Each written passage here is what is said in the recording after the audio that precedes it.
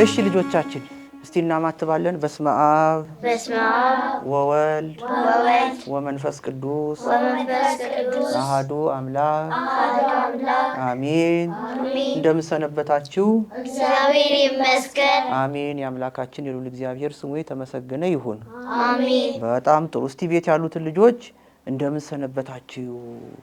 ደህና ናችሁ ወይ እንበላቸው እስቲ። እዛ ያሉትን ፊት ለፊት እንደምን ሰነበታችሁ? አዎ እግዚአብሔር ይመስገን ይላሉ ብለን ተስፋ እናደርጋለን። ጮክ ብላችሁ ስትጠየቁ ትመልሳላችሁ። እሺ ወደ እኔ ቀና። ታዲያ እንግዲህ ባለፈው ጊዜ የጀመርነውን የዳዊት ታሪክ ነው ዛሬ የምንቀጥለው። እሺ እንግዲህ በእያንዳንዱ ክፍል ውስጥ ራሱን ችሎ የሚቆም ታሪክ አለው። የመጀመሪያውን ግን ደግሞ መስማት በደንብ ያስፈልጋችኋል።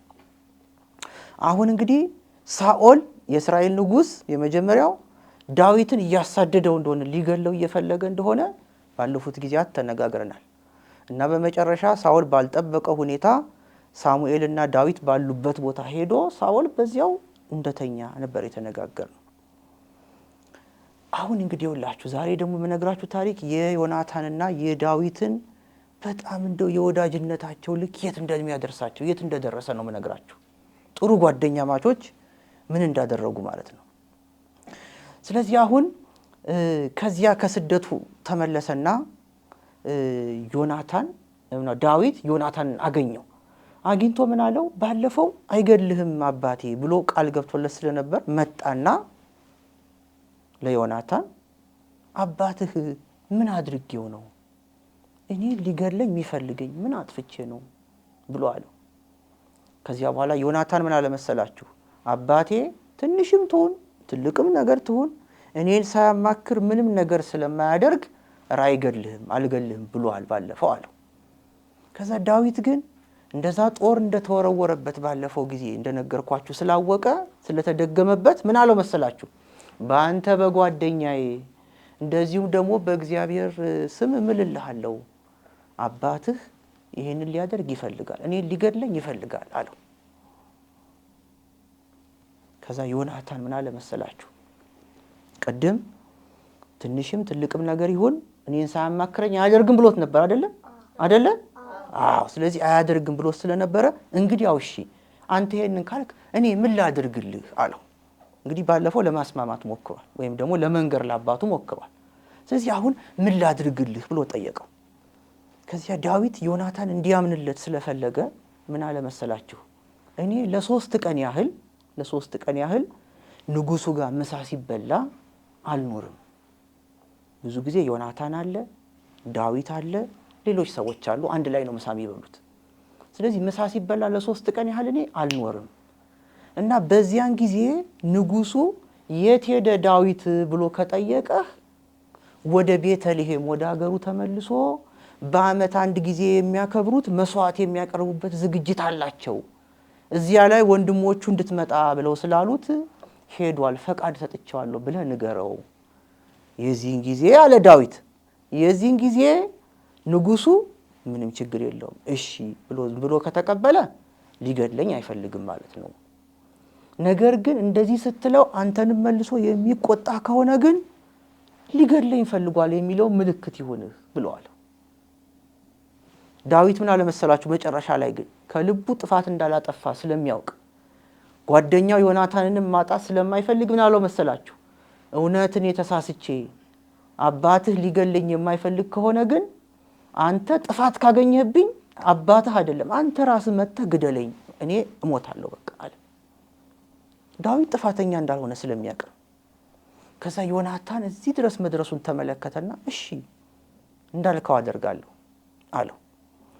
ነገር ግን ምን አለ መሰላችሁ? አንተ የተናገርከው ነገር ዮናታን ነው የሚያወራው። ይሄ አንተ የተናገርከው ነገር እውነት ሆኖ ካገኘሁትና አባቴ ሊገድልህ የሚፈልግ ከሆነ በሰላም ደብቄ እሸኛለሁ ብሎ ቃል ገባለት።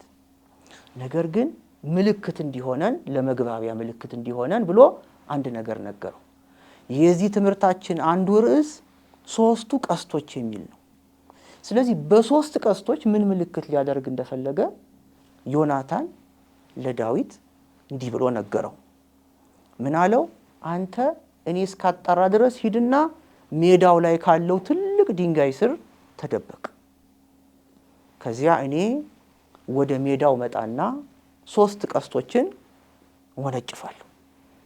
2 3 ከዚያ ቀስቶቹን ስወነጭፍ አብሮኝ የኔ አገልጋይ አጠገቤ ይኖራል።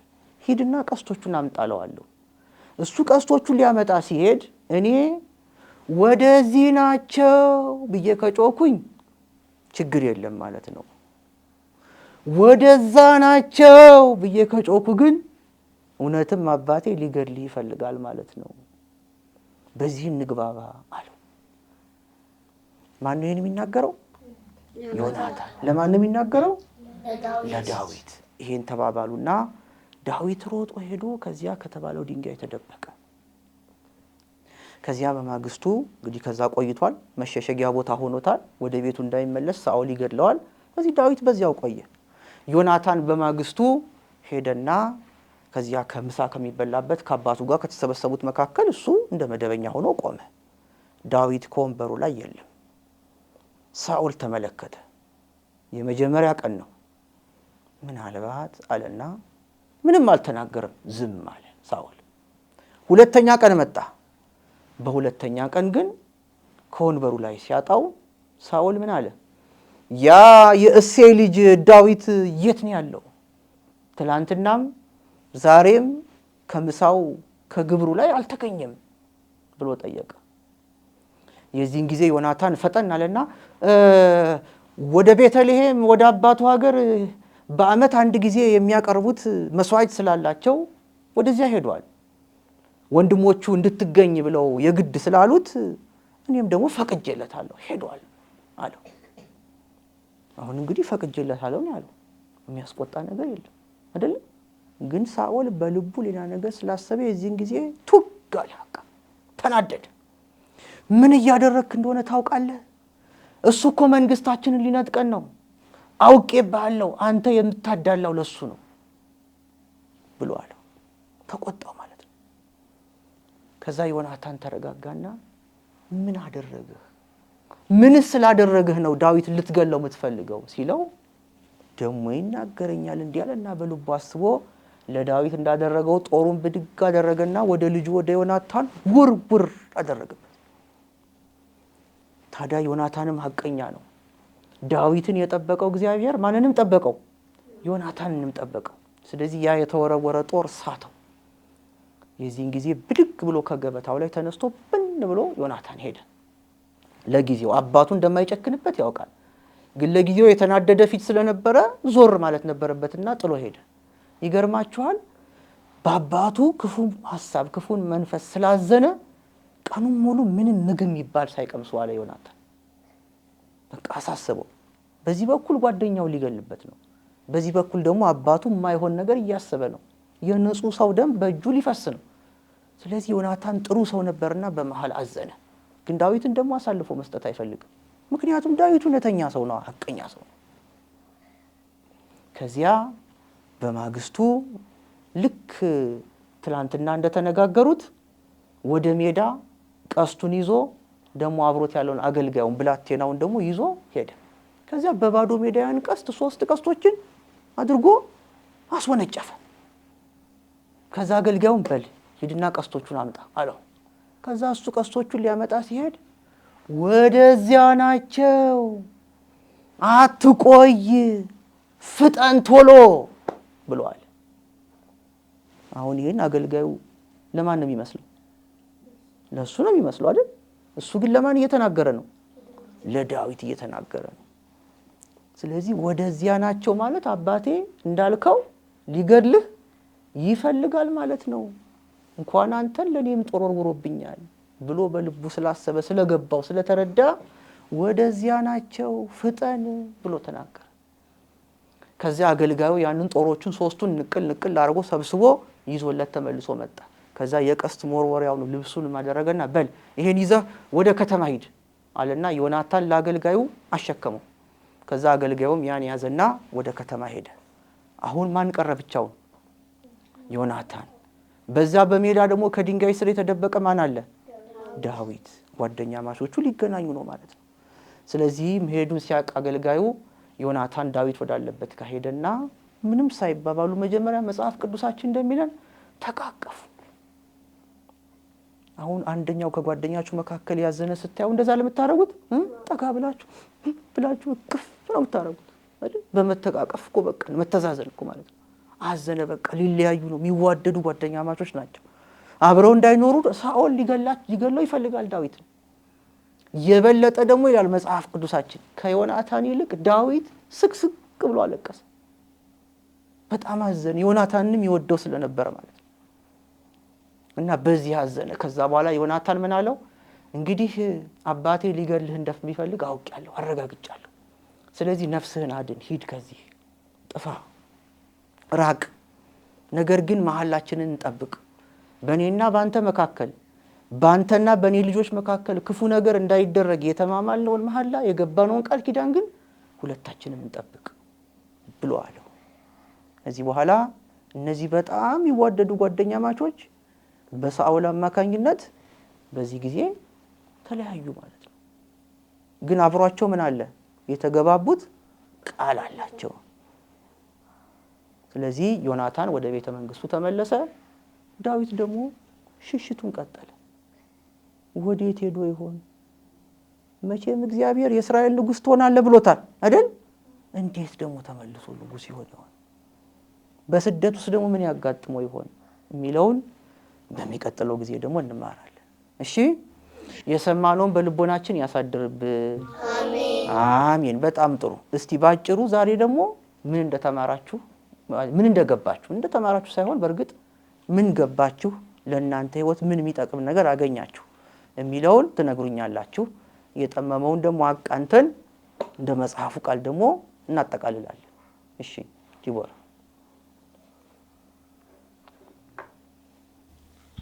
እሺ፣ እውነተኛ ጓደኛ የምንለው ምንም ጓደኛው ችግር ቢያጋጥመው እስከ መጨረሻው ድረስ አብሮት እንደሚሆንና የሚከፈለውን መስዋዕትነት እንደሚከፍል። ጥሩ፣ እሱን ተማርሽ። ስለዚህ አንቺ ምንድነው መሆን ያለብሽ ማለት ነው? እውነተኛ ጓደኛ። እውነተኛ ጓደኛ። በጣም ጥሩ። ጓደኛ አለሽ ዲቦራ? አለችሽ? በጣም ጥሩ። ስለዚህ ታማኝ ነሽ ለጓደኛሽ ማለት ነው። እሺ፣ ጥሩ። ፍጫት ለሷም ተቀጥሎ ደግሞ እኔ ከዚህ ታሪክ የተማርኩት አንደኛው ነገር ጓደኛ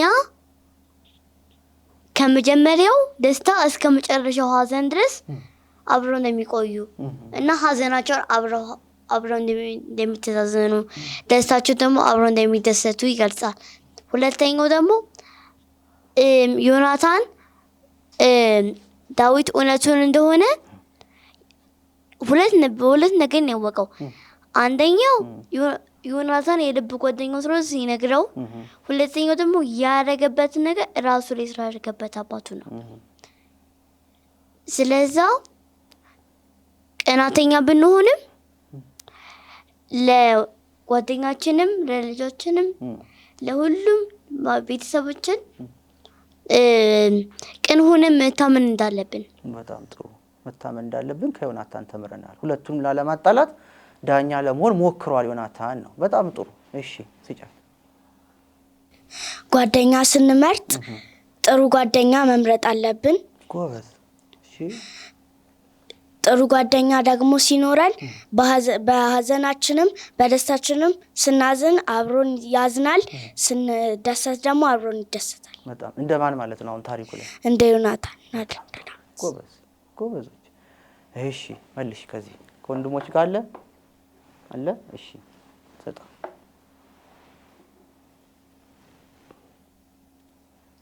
እኔ ከዚህ ታሪክ የተማርኩት እውነተኛ ጓደኛ መሆን እንዳለብን ነው። ጥሩ። እሺ፣ እውነተኛ ጓደኛ መሆን እንዳለብን። እውነተኛ ጓደኛ ምንድነው መገለጫው? ከታሪኩ እንደተረዳችሁት ችግር እንኳን ቢያጋጥምን አብሮን ይጋፈጣል። ጎበዝ። ጥሩ ነው። ልክ ነው። ችግር እንኳን ቢኖረን በችግራችን ጊዜ አይሸሽም ማለት ነው። ይበቃናል። ጥያቄ ነው። እሺ። ዳዊት አባቱ ሳኦል በእርኩስ መንፈሱ ነው ወይስ በራሱ ሀሳብ ነው ዳዊት ሊገል የፈለገው? አዎ እንግዲህ እርኩስ መንፈስ ሲመጣበት አይምሮን ያስተዋል። ግን ደግሞ ሳኦል በንግስናው ዘመን ንጉስ መጣብኝ እያለ ደግሞ ይቀናል ማለት ነው። ክፉ ነገር እንድናስብ ያደረገን የሰይጣን የጠላት ወይም የርኩስ መንፈስ ነው። ግልጽ ነው አይደለ? ግን ደግሞ በገና ሲደረድርለት ርኩስ መንፈሱ ይለቀው ነበር አይደል? ግን ሲለቀውም ደግሞ ሳኦል በራሱም ደግሞ ተንኮል ያስብ ነበር። ግልጽ ነው። ተንኮሉ ግን ከምን የመጣ ነው? ከቅናት የመጣ ነው። ግልጽ ነው። እሺ እኔ ደግሞ እንድትይዙ የፈለኩት ነገር አንደኛ ጓደኛችሁን ለመርዳት ስለ ጓደኛችሁ የሆነውን ነገር ለማጣራት የት ድረስ መሄድ እንዳለባችሁ እንዴት መርዳት እንዳለባችሁ ከዮናታን ተምራችኋል አይደል? ባለፈውም ሲረዳው ነበር። አሁንም ደግሞ ሄዶ አባቱ ድረስ እሱ ያለውንም ሰምቶ እንዴት ይረዳው እንደነበር አውቃችኋል። ስለዚህ ጓደኞቻችሁን ለመርዳት ሁልጊዜም ዝግጁ መሆን አለባችሁ። ጥሩ ጓደኞች ከሆነ ያልባችሁ ማለት ነው። ግልጽ ነው። ሁለተኛው ደግሞ አንዳንድ ጊዜ ወላጆቻችሁ ሲናደዱ ሲበሳጩ ከፊታቸው ትንሽ ዞር ማለት ያስፈልጋል አይደል? ንዴት ላለመናደድ መሞከር የወላጆቻችሁ ጥረት ነው። እናንተ ደግሞ ሲናደዱ ፊት ለፊት ሌላ ጭምር እሳት ከመጨመር ይልቅ በተለይ ጥፋታችሁ ከሆነ ለጊዜው ዞር ማለት የነሱ ጥፋትም ቢሆን ለማስረዳት እስቲ ቁጣቸው እስኪበርድላቸው ድረስ ለጊዜው ዞር እንበል ብላችሁ ወይ ወደ መኝታ ቤታችሁ ወይ ወደ ሆነ ቦታ ዞር በልኝ ከቤቴ ስትባሉ ዞር ብላችሁ ሄዳችሁ በኋላ ደግሞ ሲበርድ መታችሁ ይቅርታ የሚያስጠይቅ ከሆነ ይቅርታ አይደል? ማብራሪያ የሚያስፈልገው ከሆነ እኔ እኮ በዚህ መንገድ ነው ያሰብኩት ብሎ ማለት ያስፈልጋል። ነገር ግን ለጊዜው ከተናደደ ሰው በተለይ ወዳጅ የቅርብ ሰው ሲሆን ዞር ማለት እንደሚያስፈልግ አንዳንዴ ተምራችኋል አይደል? ማን ነው ዞር ያለው ለጊዜው ከፊቱ? ዮናታን። ማን ሲናደድ? ሳኦል ሲናደድ። እንደውም ጦር ወረወረበት ሁሉ እኮ አይደል? ግን ትክክል ባይሆንም ሳኦል ለጊዜው ግን ለአባቱ አዝኖ እሱም ዞር ብሎለታል። ሶስተኛው የመጨረሻው ነገር በሰዎች ላይ ከመፍረዳችሁ።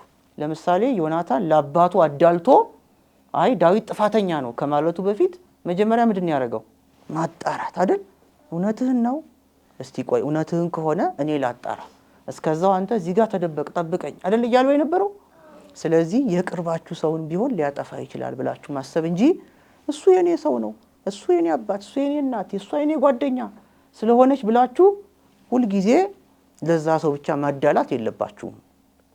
ማዳላት ያለባችሁ ለማን ነው ከተባላችሁ ለእውነት። ለማን ነው የምታዳሉት? ለእውነት። እውነት የያዘ ሰው ሁልጊዜ ያሸንፋል። ግልጽ ነው።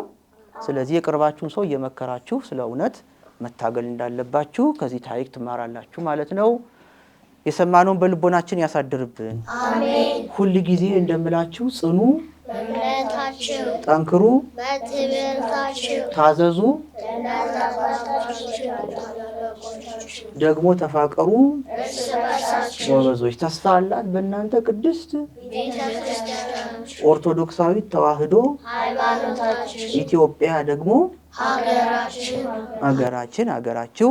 ቤት ያሉትን ልጆችም በሳምንት እስክንገናኝ ድረስ ሰላም ሁኑ፣ ሰላም ቆዩን ትሏቸዋላችሁ።